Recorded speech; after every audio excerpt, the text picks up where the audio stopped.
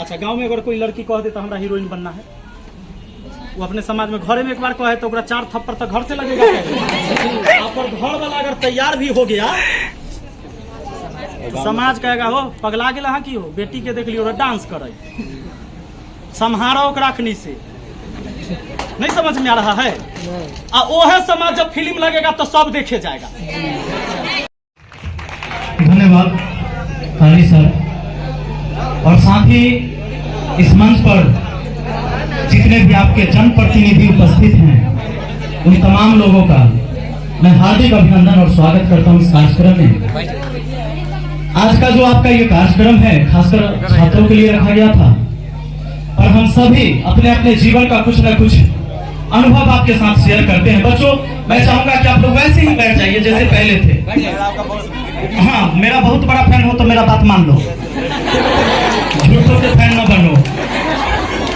आपके इस मंच पर तो डॉक्टर, इंजीनियर, सरकार भी, इंजीनियर साहब, डॉक्टर साहब, शिक्षक, सब कोई, छात्र नेता, सब कोई उपस्थित है। एगो हम भी मुखिया बनल है इस बार। मतलब ये बताइए, ये ऐसा मंच है जहां आपको अलग कहीं कुछ जानकारी लेने की जरूरत नहीं है। सरकार की भी जानकारी, योजनाएं की जानकारी आपको मिल गई यहाँ पर कि छात्रों के लिए क्या होता है, क्या किया जा रहा है। डॉक्टर साहब हैं, चले जाइएगा SKMCH में तो उधर इलाज हो जाएगा, ज्यादा नंबर लगने की जरूरत नहीं होगी। इंजीनियर साहब अपना सारी बात बताए, बाकी शिक्षक लोग भी अपना अनुभव दे रहे हैं। तो मैं तो आधा किताब भी नहीं हूं। इन्होंने जो आपको अपने जीवन का एक अनुभव दिया वो बहुत बड़ी चीज है। बच्चों, आप जिस उम्र में हो ना, इस उम्र में इंसान को क्या लगता है पता है? कि हम सबसे ज्यादा होशियार हैं। मैं आपको बताऊं, अगर आपकी उम्र 10 साल 12 साल तक रहा होगा तो आपकी मम्मी या पापा कहते रहेंगे कि जाओ मार्केट से कुछ खरीद के ले आओ, अकेले ना जाओ, कोई के भेजा तब जौड़े जाबो, अकेले ना जाबो, है ना? कह कि जाओ चौड़ में से जाओ मकई उकई काट के ले आओ, जनेरा उनेरा घास उस, अकेले ना जाबो, कोनो चलते तब बड़का भैया के कहो, आप लोग की तरफ चाचा जथिन तब जबे। मतलब आप उस समय ये समझते थे कि हमारे गार्जियन अगर मेरे साथ है, हमारे बड़े बुजुर्ग मेरे साथ हैं तो मैं निडर रहूंगा, नहीं तो अकेले में जाऊंगा तो डर है अकेले जाने में। ऐसा होता था कि नहीं?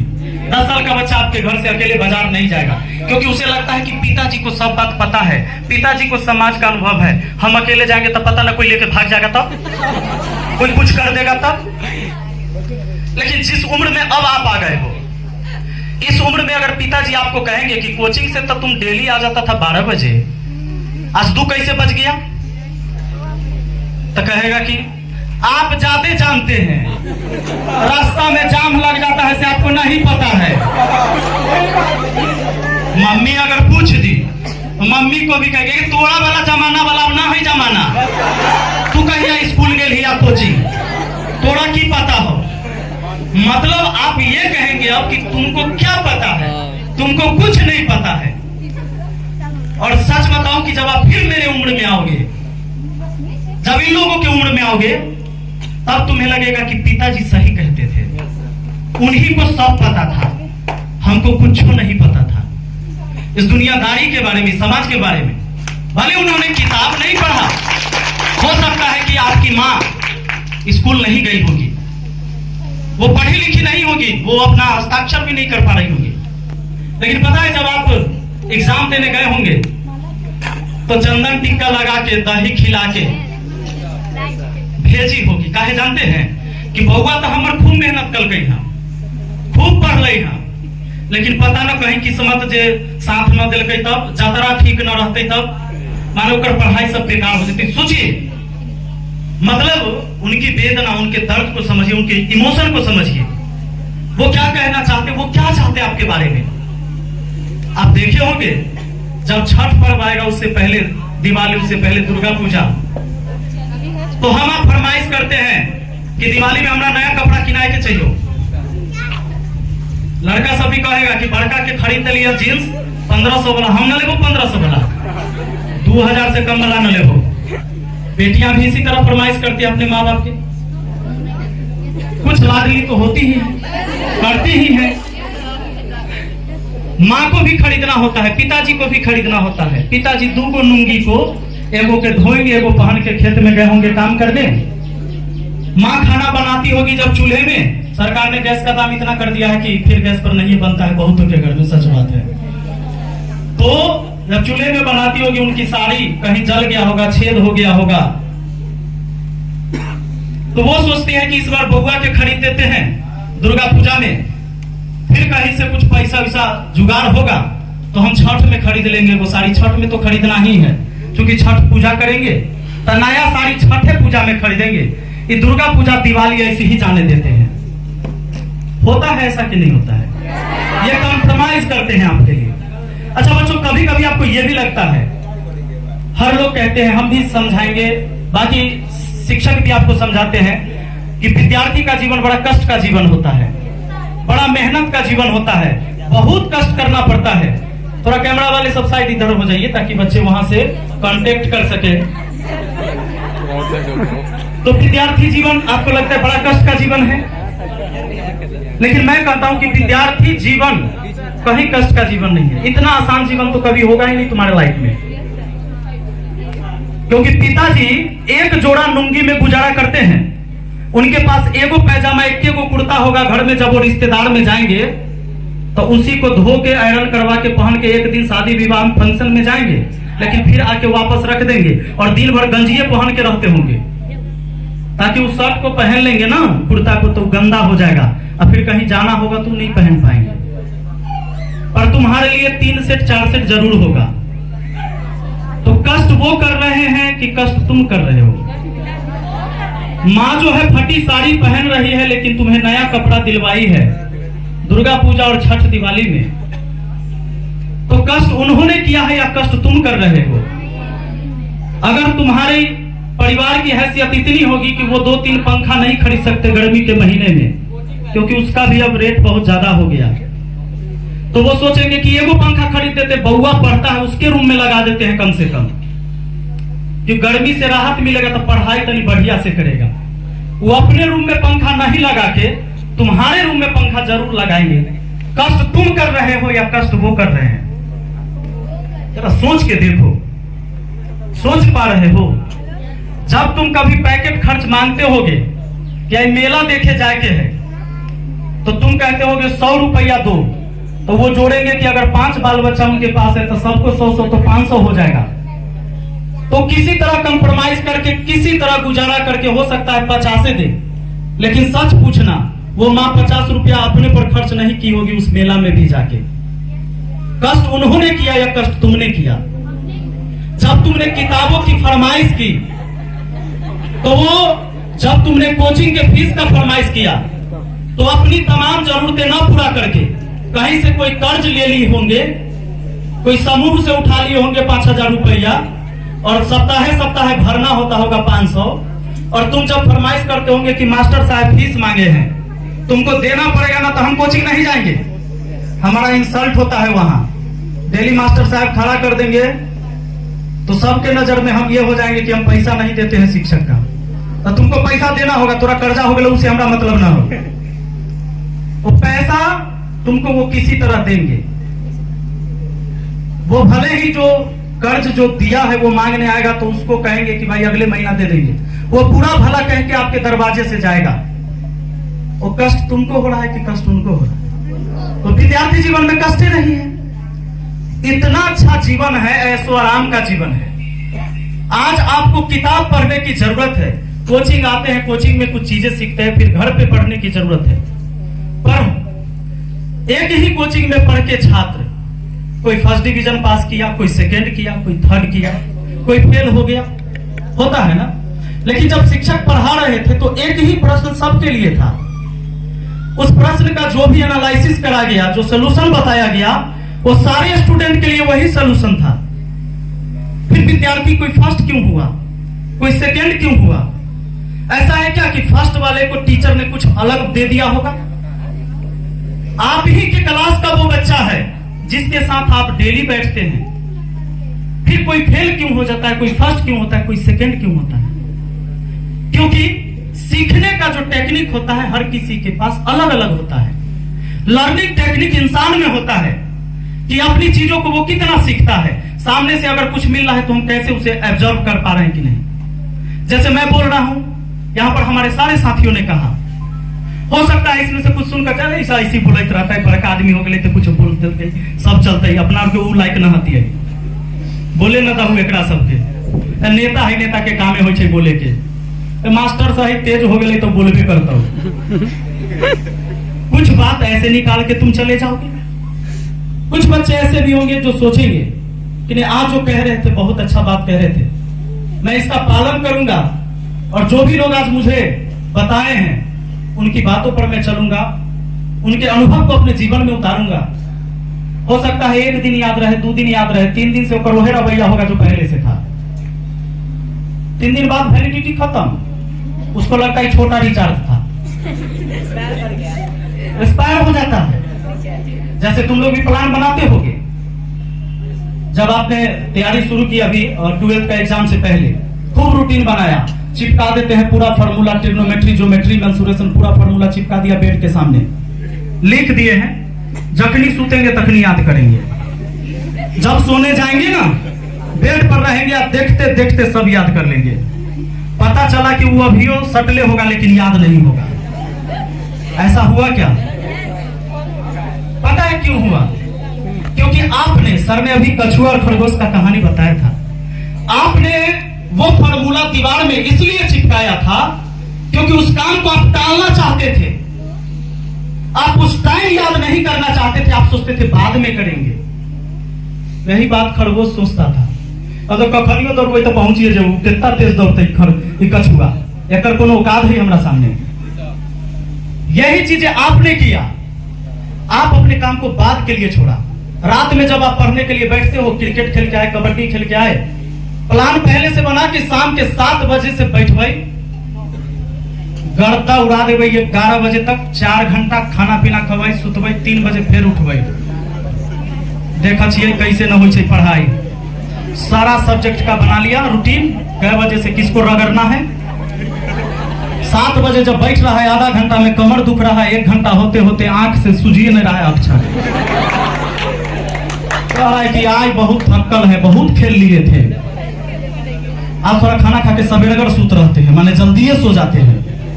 3 बजे के बदले उठेंगे 2 बजे, 1 घंटा पहले ही उठेंगे और 7 बजे तक रगड़ देंगे सुबह तक। 5 घंटा हुआ, अलार्म लगा लिया, अलार्मो लगा देगा कि 2 बजे उठ जाना है। अब अलार्म जो है हो सकता है आपके बेड से दूर हो, वो अलार्म बज रहा है, चिचिया रहा है वो, जो अच्छा उठ रहे हैं ना, बज एकदम बजिए गया, एकदम टाइमे पर बज गया। अभी ये बजना था, 10 मिनट बाद बजता तो मेरा नींद भी पूरा हो जाता, जबकि लगाया अपने है अलार्म। अब जो है कोशिश कर रहा है कि उठ जाते हैं, बेचारा अलार्म भी बज बज के परेशान है। उठ के अगर बंद भी कर दिया तो सोचा कि अच्छा 5 मिनट और, पता चला कि फिर नींद आ गया, सुबह उठा। अगला दिन फिर प्लान बनाया कि ना कल गलती हो गया था, आज तो कोई समझौता नहीं होगा। फिर शाम में, आज शाम से कोचिंग से आते हैं, खाना खाएंगे और 2 बजे से रगड़ देंगे।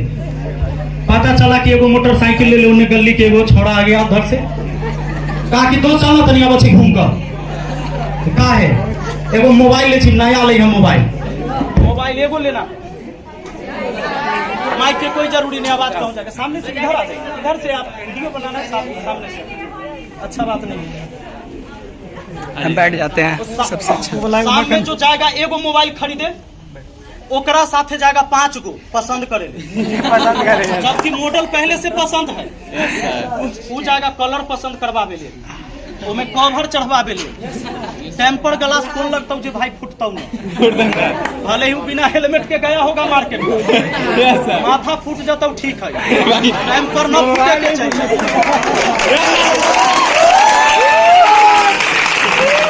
हमारे जीवन में ये पूरा प्लानिंग होता है। इधर हट जाए और जान लो, और जिस आदमी को तुम देख लेते हो कि वो बहुत सफल हो गया अपने लाइफ में, तो तुम सोचते हो अच्छा इसी हो गए तो अगर बाप रही पैसा वाला हो। तो गरीब के जिए के भी बहुत सारा फॉर्मूला है सर। गरीब आदमी अपने आप को संतोष ऐसे दिलाता है, अगर बाप के पैसा रह होते जी सर, वैसे कर लेल, हमारे बाप तो उतना खर्चे न कल, अगर कर हमरा भेजते अगर पटना तो बिहार पुलिस बन रही साला दरोगा बनकर दिखा देती है 6 महीने।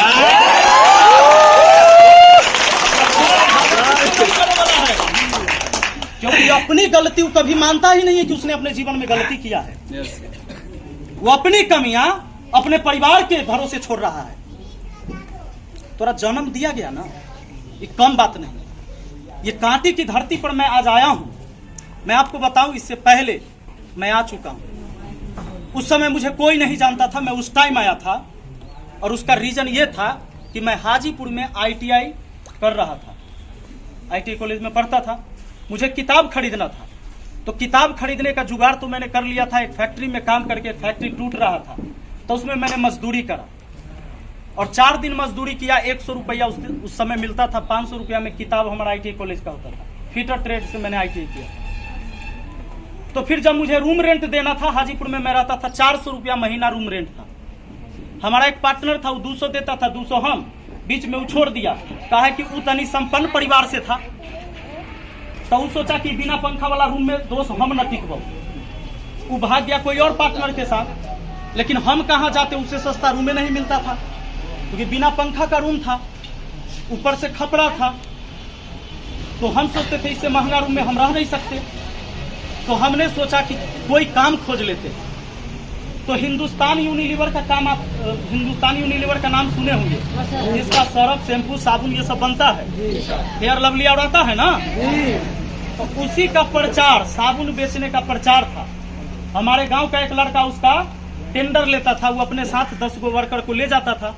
काम क्या था, हम लोगों को हिंदुस्तान यूनिलीवर का टी-शर्ट पहनना था। और जो बड़े दुकानदार होते हैं, जो होलसेलर होते हैं, उनके यहाँ बैठना होता था। और उनके यहाँ से कोई छोटा दुकानदार सामान लेने आता है ना, बड़े दुकानदार के यहाँ से, तो उनका लिस्ट पहले पढ़ लेना है कि आपको सामान क्या क्या लेना है। अगर हिंदुस्तान यूनिलीवर का कोई प्रोडक्ट है, तो मैं उनको समझाता था कि अगर 2 दर्जन साबुन लीजिएगा ना, तो 4 साबुन आपको फ्री मिलेगा। वही चीजें मैं उनको समझाता था। अब हो सकता है कि 20 साबुन खरीदने आ रहे हूं, उनको मैंने समझाया कि 24 को ले लीजिएगा ना सर, तो 4 को आपको फ्री देगा कंपनी। उस समय हमको मिलता था 120 रुपया दिन भर का। मैं पढ़ाई छोड़ के 7 दिन के लिए यहाँ काम करने आया था। मुझे हर दिन तकलीफ होता था कि मैं अपना पढ़ाई छोड़ रखा हूं। लेकिन समस्या ये था कि मुझे हाजीपुर में टिकना था। अगर रूम रेंट नहीं देता तो मकान मालिक भगा देता। अगर मैं उसे कहता कि मैं आगे चल के बहुत बड़ा आदमी बनूंगा, पैसा तो हम इतना कमाएंगे कि आपको मुंह पर मारेंगे 1 लाख रुपया लाके, अभी हमरा रह दीजिए, जूता लेकर मारता, भगा देता भगा देता। तो उस समय मैं कांटी आया था। और मैं आपको बताऊं, मैं जोड़ता था कि 120 रुपया कैसे हो बच जाए। लेकिन 120 रुपया बचता कैसे, खाना अपने से खाना था। तो मैं सोचता था कि उस समय भी होटल में खाने के लिए 30 रुपया एक टाइम का। अब 30 रुपया एक टाइम का, अगर 2 टाइम भी खाते हैं, एक टाइम भूखे भी रहते हैं, क्योंकि आदत हम लोग का गांव देहात से 3 टाइम खाने का। हम लोग नाश्ता नहीं करते, हम लोग खाने खाते हैं तीनों पे। खाने का ब्रेकफास्ट नहीं होता अपने, है ना। तो मैं सोचता था कि ऐसे में गड़बड़ा जाएगा। तो 10 रुपया का दूध लेता था। उस समय 1 लीटर दूध होता था 10 रुपया में, पाउच वाला। और चूड़ा चीनी खरीद लिए। और बाबू दोनों बार चूड़ा चीनी या दूधे चलता था और कुछ नहीं। 7 दिन मैंने लगातार यही कांटी में रह के मैंने खाया था। सोता कहाँ था, वही गोदाम में जहाँ हिंदुस्तान यूनिलीवर का गोदाम था। अब तो मुझे आइडिया भी नहीं कि वो जगह कौन है, क्योंकि वो 2009 के बाद है। 9 आज से लगभग 14 साल पहले। तो उसी गोदाम में सोते थे। उसमें भी पंखा नहीं था, रात भर मच्छर काटता था। अब उतना हैसियत नहीं था कि कोयल जराते खरीद के, खत्म हो जाएगा फिर 20 रुपया उसी में। रात भर मच्छर हौकते थे वो गमछा लेके। लेकिन 7 दिन ड्यूटी किए, पैसा मिला, रूम रेंट दिए। और इस तरह से मैंने, जब कभी मुझे मौका मिलता था, जैसे कोचिंग में कभी छुट्टी है, कोई पर्व त्योहार की छुट्टी है, तो बच्चे जाते अपने घर में छुट्टी मनाने, मैं कोई काम खोज के काम करता था, पटना जाते। और तब मैंने अपनी पढ़ाई पूरी की। और पढ़ाई करने के बाद आज मैं जो हूँ आपके सामने हूँ। पूरे देश से 47 लाख बच्चों को आज गणित सिखा रहा हूँ। 3rd डिवीजन पास हूँ मैं, मैट्रिक, सच्चाई बात है। तो ये जो तुम इंटर 1st डिवीजन किए हो, या कोई सेकंड किया या कोई थर्ड किया, कोई मैटर नहीं करता। जीवन में सफल होने के लिए एक कागज के मार्कशीट का कोई वैल्यू नहीं है। बहुत अच्छा सर, कोई नहीं। हमारे गांव में PhD पहले आदमी ताश खेल रहा होगा बढ़कर बैठ के। जी सर, देखे हो कि नहीं? जी सर, मोदी देखिए। जी चाय बेचे वाले प्रधानमंत्री हैं कि ना? Yes sir. तो एक बात बताओ कि तुम्हारा डिग्री कोनो काम के होता है क्या? नहीं नहीं सर। ये कुछ नहीं, खाली समाज के लिए दिखावा है। आज तुम बढ़िया नंबर लाए हो तो थोड़ा देर के लिए आपको जो है लगेगा कि बहुत अच्छा किए हैं, लेकिन एक बात याद रखना, सफल होने के लिए बहुत ज्यादा टैलेंट की जरूरत नहीं होती है, जुनून की जरूरत होती है। क्योंकि जब जुनून होगा तो टैलेंट अपने आप हो जाएगा। जुनून होना चाहिए। आज आपको ऐसा लगेगा, कुछ बच्चे पढ़े भी होंगे, मेहनत भी किए होंगे, लेकिन वो फेल हो गए होंगे। कुछ बच्चे कम भी मेहनत किए होंगे, फिर भी उनको लगता होगा कि मेरा ज्यादा नंबर आ गया है, ज्यादा मार्क्स आ गया है, इतना हम उम्मीद नहीं किए होंगे, ऐसा लगता होगा।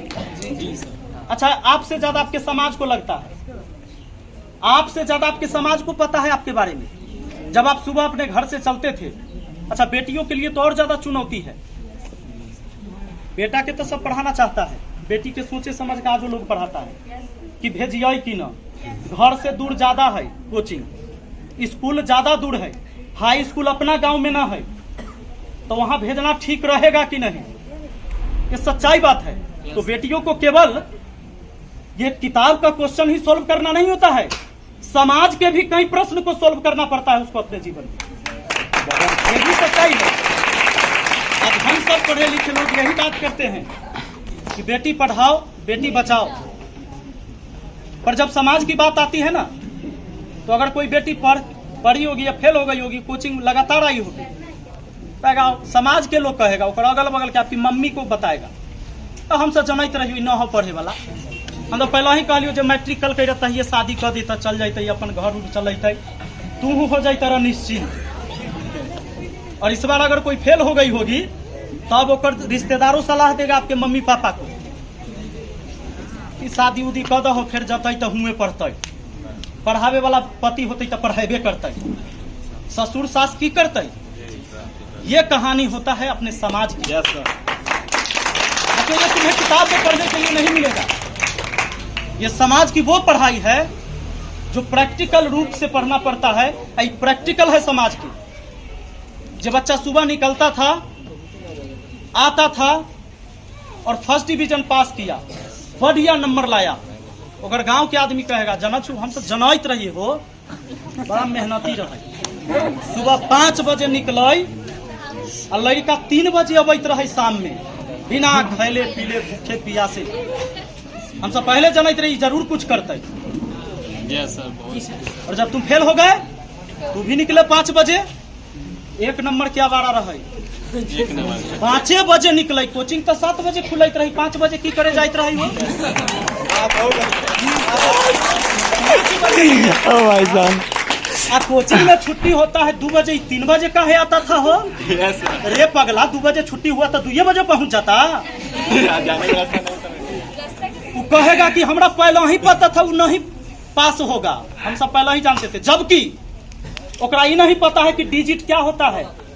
0 से 9 तक डिजिट कहलाता है, ये एक अंक का डिजिट है।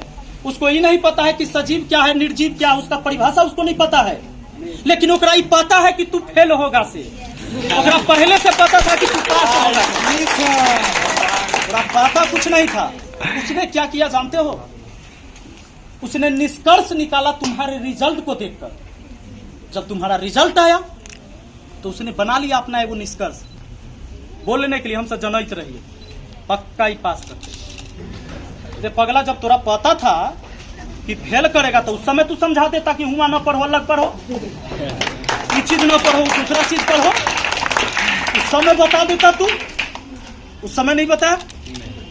ये समाज का परिभाषा है। तो समाज को, समाज की बातों को, जो आपको लगे कि आपके जीवन में ये कहीं ना कहीं बाधा बन रहा है, तो उसको इग्नोर करिए। एक बार क्या हुआ ना कि सड़क के किनारे देखते हैं पोल गड़ाते रहता है, तो पोल गड़ाते गड्ढा करके कभी कभी चल जाता है मिस्त्री सब, वो गड्ढा करके चल गया तो बेंग का झुंड सब उसी जगह खेल रहा था, कूद गया 2 गोहे में। गड्ढा में कूद गया। गड्ढा में जो कूदा, दूगो कूदल था, छलांग लगा रहा है, निकले प्रयास कर रहा है, खूब उछल रहा है जो कैसू बाहर आ जाए। लेकिन ऊपर से जो देख रहा था बाकी होकर जो समाज का जब मेढकवा सब था, जी जी चचा दादा गोतिया रिश्तेदार सब देख रहा था। जी सर।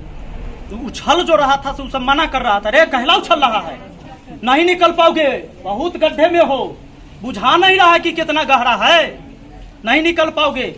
तो देख रहा था कि भाई निकल रहा है, कूद रहा है, तो उसको खरोंच लग रहा है शरीर में, शीशा से, खत्ता से, ईंटा से, लकड़ी से, तो खरोच रहा था, उसके शरीर पर जख्म बन रहे थे। तो उसको मना कर रहा था उसके समाज के लोग, मत कूदो मत कूदो, आराम से, मरना ही है तो आराम से मरो, कम से कम ठीक से तो मर जाओ, तरफ तरफ के मरने से अच्छा है कि आराम से मरो। वो बार बार उसको समझा रहा था। ये चीज सुन के एगो शांत हो गया, कहा कि अब तो मरना ही है, कि निकल तो पाएंगे नहीं। एक शांत हो गया, कुछ देर में उसने दम तोड़ दिया। तो दूसरा कूद कहते रहा, उसको और मना कर रहा है कि रे वो शांत हो गया, तोरा ना बुझा रहा है, अनहरा है तू, वो आराम से मरा, तू रुको, शांत हो जाओ, तरपो मत। वो और जोर लगा दे रहा था, और जोर लगे ले, तो जितना मना कर रहा उतना जोर लगा रहा था। वैसे उछलते उछलते एक बार बाहर आ गया। अब बाहर जो आ गया तो सब मुंह फुला लिया। काहे कि नहीं, काहे कि सब मना कर रहा था ओकरा, और सबके बात काट दिया। समाज को यही से दिक्कत होता है। सब मना कर रहा था, वो तब भी बात नहीं माना किसी का, कहा कि एकर भात काटा हो पंचायती का कब, ये अपना समाज में रहे लायक न हो। जब समाज के बात न मान ली, सब मना किया कि इसको मत कूदना है, तब भी कूद रहा था। कहा कि इसका भात काटिए, इसको समाज से अलग कीजिए। थोड़ा से वो पूछे गया, कहा कि रुको चचा पूछ कब अच्छी जी, कल्ला कूदत रही इतना जोर जोर से। कहा कि काहे कूद रहा था तू, सब मना कर रहा था, तू ज्यादा होशियार है, दादा मना कलखुन, बड़का दादा मना कलखुन, चचा मना करते रहून, मुखिया जी भी मना कलखुन, तो यूं तो कूदत रही जोर जोर से। तो जब उससे बात किया तो पता चला कि वो बह रहा है, वो कान से सुनिए नहीं रहा।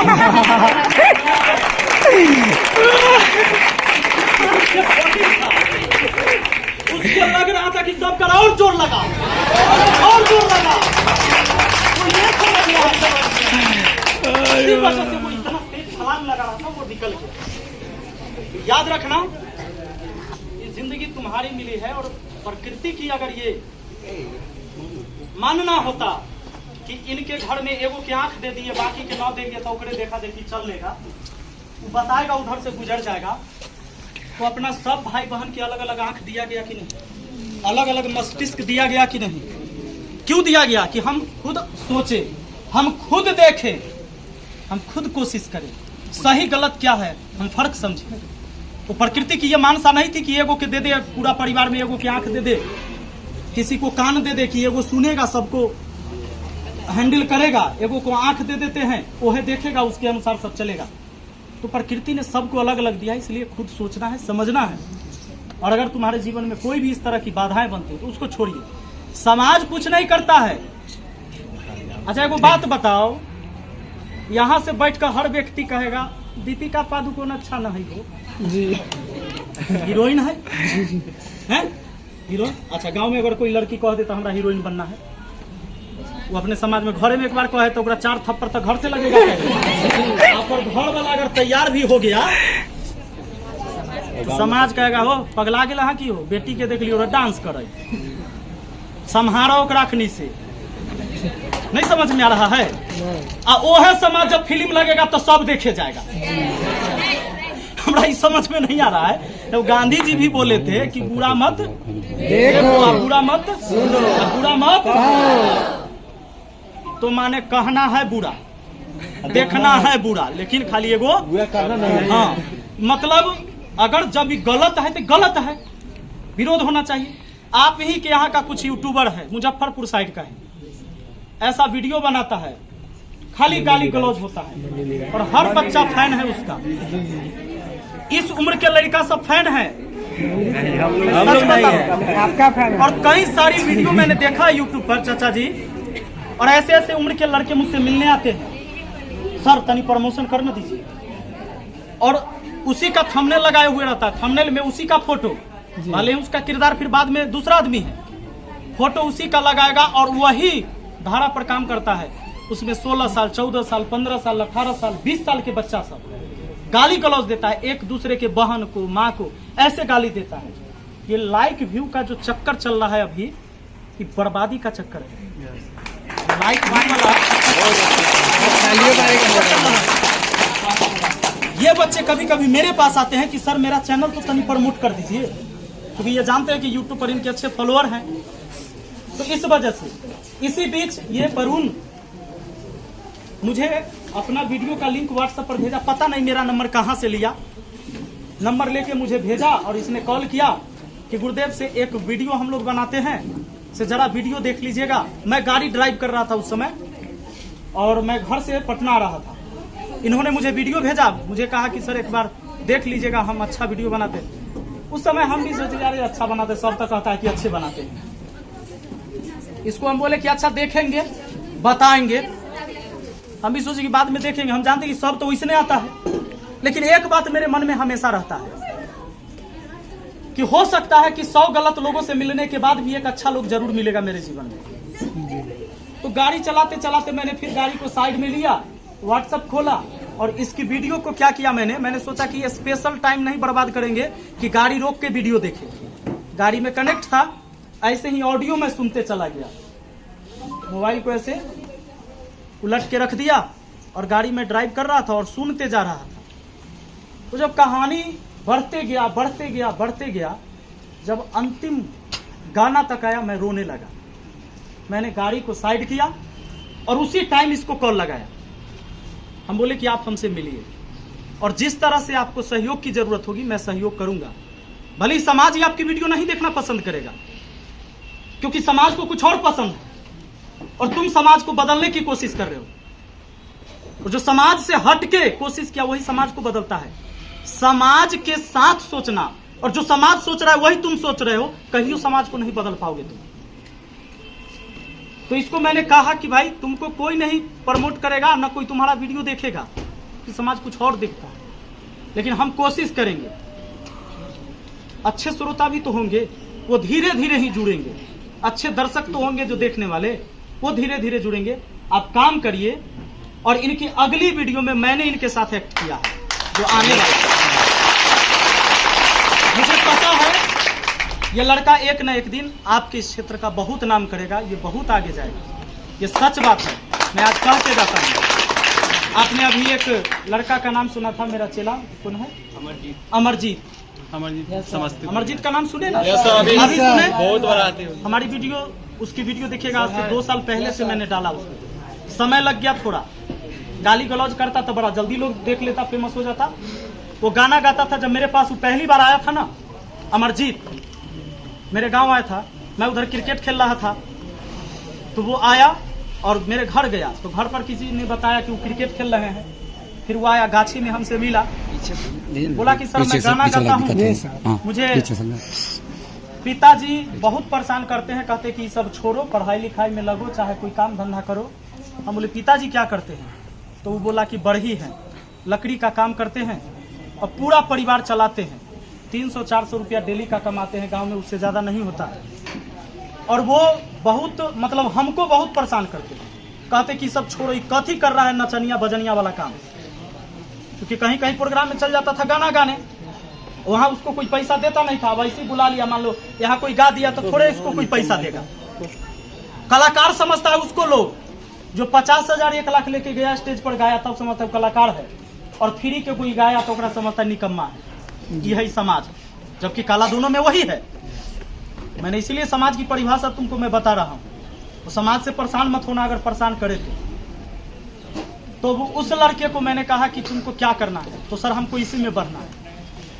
हम कि तो हम सहयोग करेंगे तुम्हारा, अच्छा काम कर रहे हो। उसका मैंने पहले गाना सुना उसी गाछी में बैठ के, बड़ा अच्छा लगा उसको। फिर हम घर लेके गए, खाना पीना खिलाए और तब कहा कि सर हम दिल्ली जाने वाले हैं। एक भैया हैं जो वो इंडियन आइडल में जा चुके हैं और उनसे हमारी बात हुई है, लेकिन हमको दिल्ली जाने का किराया नहीं है ट्रेन का। तो तो हमने उसको पूछा जो कितना लगेगा, तो सर 1000 रुपया में अप डाउन हो जाएगा मेरा, खा पी के चलाएंगे। उसको 1500 रुपया हम पहली बार दिए थे, 3 गो 500 का नोट। वो लड़का अचानक गया नहीं, बीच में कुछ काम आ गया, वो नहीं गया उस टाइम। फिर आया, वो पैसा मुझे वापस दिया, 500 रुपया उसका खर्च हुआ, और 1 सप्ताह बाद वो फिर 1000 रुपया वापस मुझे देने आया। हम कहे कि तुमको हम दे दिए तो मुझे वापस क्यों दे रहे हो? तो उसने कहा सर कि इस पैसा का भी मुझे कोई काम नहीं है, जब मैं जाऊंगा तो फिर आपसे मांगूंगा, ये पैसा आपने दिया था वैसे ही आप वापस रख लीजिए। मुझे लगा कि ये लड़का ईमानदार भी है। गरीब होना अलग बात है, लालची नहीं होना। मैंने समझा कि ये ईमानदार भी है और ये जरूर कभी न कभी आगे जाएगा। फिर मैंने उसे अपने जो भी मेरा अनुभव था मैंने बताया कि तुम्हें वीडियो कैसे बनाना चाहिए, कैसे गाना गाना चाहिए, कैसे रिकॉर्ड करना चाहिए, वो सारी चीजें मैंने बताई। वो डालते गया। जल्दी तो नहीं हुआ, वो कई बार हिम्मत हार चुका था, लेकिन इस बार जब देखिए बरस करते करते, देखिएगा वो जो वीडियो वायरल हुआ सर उसका, उसमें वो बरस कर रहा है, वैसे नहीं सोच रहा। जो सोचिए कि बरस करते करते कोई गा रहा है तो उस समय क्या सोचेगा कि वीडियो वायरल हो जाएगा। सोशल मीडिया पूरा देखो इस पर बहुत बड़ी चीज है, तुम जो मेहनत करते हो तुमको नहीं पता है कि उसका परिणाम जो आने वाला है कितना अच्छा आने वाला है, इंसान को नहीं पता होता है। वो ईश्वर ऊपर से देखते रहते हैं सबका मेहनत, और जिस दिन जान जाएंगे कि बहुत ईमानदार आदमी है, बहुत पक्का आदमी है, बहुत मेहनती आदमी है, तो इतना वो तुम्हें देंगे कि तुम्हें बिलीव नहीं होगा, जैसे मुझे नहीं होता। मैं सरकारी कोई पद पर होता तो मेरी उतनी सैलरी नहीं होती जितना मैं बच्चों से सैलरी नहीं भी लेता हूं तो यूट्यूब मुझे ऐसे ही दे देता है, और मैं रुपया नहीं डॉलर कमाता हूं। मजबूत करके मैं हाथ बता रहा हूं, डॉलर कमा के। तो आपको भी आगे बढ़ना है, मेहनत करना है। जब गरीब का बाल बच्चा पढ़ के आगे कुछ करता है तो समाज के लिए उदाहरण बनता है। क्योंकि जब सोचे होंगे, कभी देखे होंगे, सुने होंगे कि रिक्शा चलाए वाला के बेटी IAS बन गई, तो ओकरा गांव के और आदमी जो होंगे वो भी अपनी बेटी को पढ़ाना शुरू कर दिया होगा। तो एक बेटी IAS बनी, गरीब की बेटी थी, IAS बनी, तो उसके देखा देखी समाज के लिए उदाहरण बनी, तो और लड़की IAS बनेगी। हो सकता है कोई क्लर्क बने, कोई PO बने, कोई अच्छा बिजनेसमैन बने, कुछ भी बन सकता है, कोई अच्छा डॉक्टर बने। यानी और लोग उस समाज में बेटी को पढ़ाना चाहेंगे या बेटा को पढ़ाना चाहेंगे। अगर कोई अमीर आदमी, मान लो जो कोई DM का बेटा DM बन गया तो समाज पर ज्यादा फर्क नहीं पड़ता है। कोई मंत्री का बेटा मंत्री बन गया, समाज में कोई बदलाव नहीं आता उससे, छोटा मोटा बदलाव होगा अगर ईमानदार है तब। लेकिन एक गरीब का बेटा अगर मंत्री बनता है तो उस गांव के और लोग सोचते हैं कि भाई हम भी चलेंगे पॉलिटिक्स में, हम भी समाज को बदलने की कोशिश करेंगे, हम भी इस रास्ते पर चल पड़ेंगे। तो इसलिए गरीब के बाल बच्चा को तो पढ़ना ही चाहिए, मेहनत करना ही चाहिए, और यही आपका सबसे मूल हथियार है। बहुत बहुत धन्यवाद।